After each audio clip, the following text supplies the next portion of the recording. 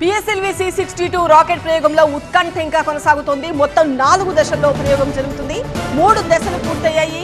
4వ దశ ఇంకా కొనసాగుతోంది. 4వ దశలో మాత్రం ఇంకా ఉత్కంఠ కంటిన్యూ అవుతోంది. 18 నిమిషాలకే ప్రయోగం మొత్తం పూర్తి కావాల్సింది.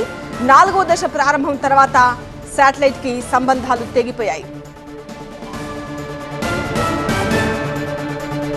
నిప్పులు చిమ్ముకుంటూ నింగికెగిసింది PSLV C-62. శ్రీహరికోటలో PSLV C-62 rocket ప్రయోగం జరిగింది. 1485 కేజీల ఉపగ్రహాన్ని నింగికి పంపింది ఇస్రో.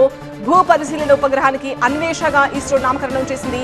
దేశ రక్షణ రంగానికి సంబంధించి సేవల కోసం ఈ ప్రయోగం జరుగుతోంది. 15 ఇతర ఉపగ్రహాలను కూడా నింగిలోకి తీసుకెళ్తోంది PSLV C-62.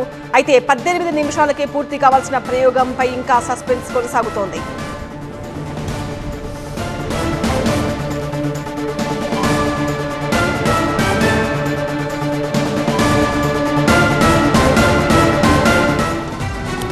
సార్ సెంటర్ నుంచి మరింత సమాచారం అందించేందుకు మా ప్రతినిధి మురళి లైవ్లో సిద్ధంగా ఉన్నారు.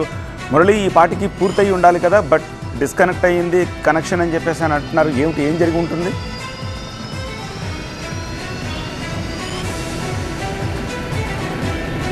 అంటే ఇక్కడ PSLVకి సంబంధించి మొత్తం 4 దశలు ప్రయోగం ఉంటుంది. PS1, PS2, PS3. PS3 దాటిన తర్వాత PS4 అంటే సగభాగం వరకు కూడా అంతా కూడా సజావుగానే సాగింది. ఆ తర్వాత మొత్తం ఈ శాటిలైట్కు ఈ PS4 అనేటువంటి మాడ్యూల్కు ఈ సంబంధాలు పూర్తిగా తెగిపోయినటువంటి కారణంగా అది ఎటుగా వెళుతుందన్నటువంటి విషయం ఇప్పటివరకు కూడా క్లారిటీ లేదు.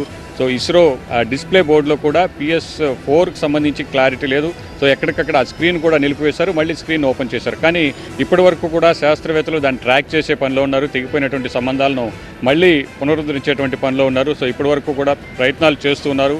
ఎటువంటి క్లారిటీ లేదు. 19 నిమిషాలు దాటింది, 23 నిమిషాలు అయిన సమయం. మామూలుగా అయితే 18 నిమిషాల 8 సెకండ్లకే 4 దశలు పూర్తయి తొలి ఉపగ్రహం ప్రధాన ఉపగ్రహంగా ఉన్నటువంటి EOS N1 అనేటువంటి అన్వేషణ ఉపగ్రహం తర్వాత 3 నిమిషాల్లోనే మిగిలినటువంటి commercial శాటిలైట్లు 15. To the end of third stage was as expected. Close to the end of the third stage, we are seeing little more disturbance in the vehicle roll rates, and subsequently there is a deviation observed in the flight path. We are analyzing the data and we shall come back at the earliest. Thank you.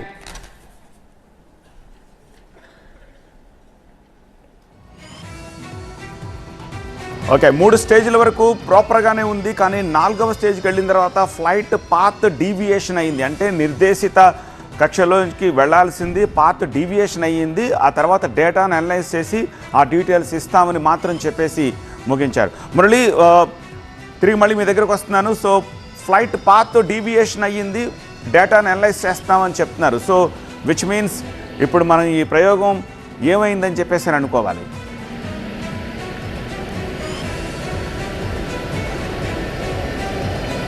గతంలో ఇస్రో ఇదే విధంగా ప్రయోగానికి సంబంధించి చివరి దశలో ఉన్నప్పుడు చివరి 2-3 నిమిషాల్లో అనుకున్నటువంటి లక్ష్యాన్ని ఛేదించలేనప్పుడు ప్రతిసారి కూడా ఇస్రో చేసేటువంటి ప్రకటన ఇదే.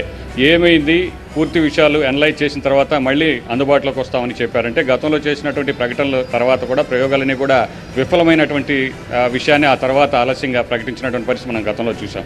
ఇప్పుడు కూడా పూర్తిగా కూడా సంబంధాలు తెగిపోయినాయి. మళ్ళీ తిరిగి ట్రాక్ చేసే పనిలో ఉన్నప్పటికీ కూడాను PS4కి అలాగే మెయిన్ శాటిలైట్కి మిగిలినటువంటి శాటిలైట్లన్నింటికీ కూడా సంబంధాలు పూర్తిగా తెగిపోయినటువంటి పరిస్థితిలో ఇది విఫలమైనట్టుగానే ప్రస్తుతానికి వారు చెప్పినటువంటి ఇస్రో ప్రకటనను బట్టి చూస్తే మనకు తెలుస్తోంది. ఏమైందన్నటువంటి విషయం అయితే గతంలో ఈ విధంగా సంబంధాలు తెగిపోయిన తర్వాత మళ్ళీ కనెక్టింగ్ అయినటువంటి పరిస్థితి చాలా తక్కువ, 1-2 సందర్భాలు మాత్రమే జరిగింది. ఇప్పుడు ఏం చేయబోతున్నారు ఇస్రో శాస్త్రవేత్తలు? బెంగళూరు కంట్రోల్ సెంటర్ నుంచి మొత్తం మానిటరింగ్ చేస్తూ ఉంటారు. అక్కడే మెయిన్ ఒకసారి లాంచ్ అయిన తర్వాత కంట్రోల్ అంతా కూడా బెంగళూరులో ఉన్నటువంటి ఇస్రో సెంటర్ నుంచే జరుగుతుంది. అక్కడ శాస్త్రవేత్తలు అనలైజ్ చేసే పనిలో ఉన్నారు. అలాగే ట్రాక్ చేసే పనిలో ఒకవైపు జరుగుతూనే అనలైజ్ అంటే ఏం జరిగింది, ఏ కారణంగా సాంకేతిక లోపం తలెత్తింది, ఏ కారణంగా సంబంధాలు తెగిపోయాయి అనేటువంటి విషయాన్ని శాస్త్రవేత్తలు విశ్లేషిస్తూ ఉన్నారు. దానికి సంబంధించి ట్రాక్ చేసేటువంటి పనిలో ఉన్నారు.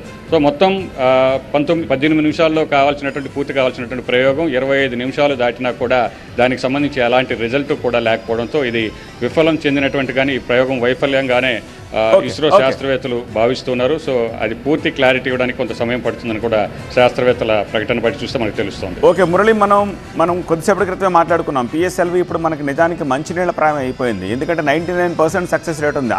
ఆ ఫెయిల్ అయింది కూడా ఎప్పుడో ఎర్లియర్ డేట్లో. ఇప్పుడు మనం మార్క్ 3 బాహుబలి రాకెట్లను కూడా చాలా ఈజీగా లాంచ్ చేస్తున్నాం. అలాంటి పరిస్థితుల్లో పిఎస్ఎల్విలో మళ్ళీ ఇలాంటి సమస్య తలెత్తడం, అది కూడా ఇస్రో చీఫ్గా నారాయణన్ బాధ్యతలు చేపట్టిన తర్వాత కంటిన్యూస్ ఫెయిల్యూర్స్ కనిపిస్తూ ఉన్నాయి. ఇప్పుడు దీన్ని ఎలా చూడాల్సిన అవసరం కనిపిస్తుంది?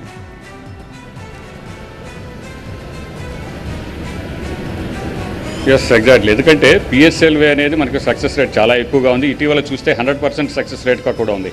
అలాగే ఆ గతంలో జిఎస్ఎల్వి కావచ్చు, జిఎస్ఎల్వి మార్క్ 3 ఇటీవల తయారు చేసినటువంటి అత్యంత బరువు కలిగినటువంటి ఉపగ్రహాలను తీసుకెళ్లేటువంటి భారీ రాకెట్ అంటే బాహుబలిగా చెప్తాం. ఇవి కూడా సక్సెస్ రేట్ అనేది మనం చూస్తే ఎక్కడ ఫెయిల్యూర్ అనేది లేదు.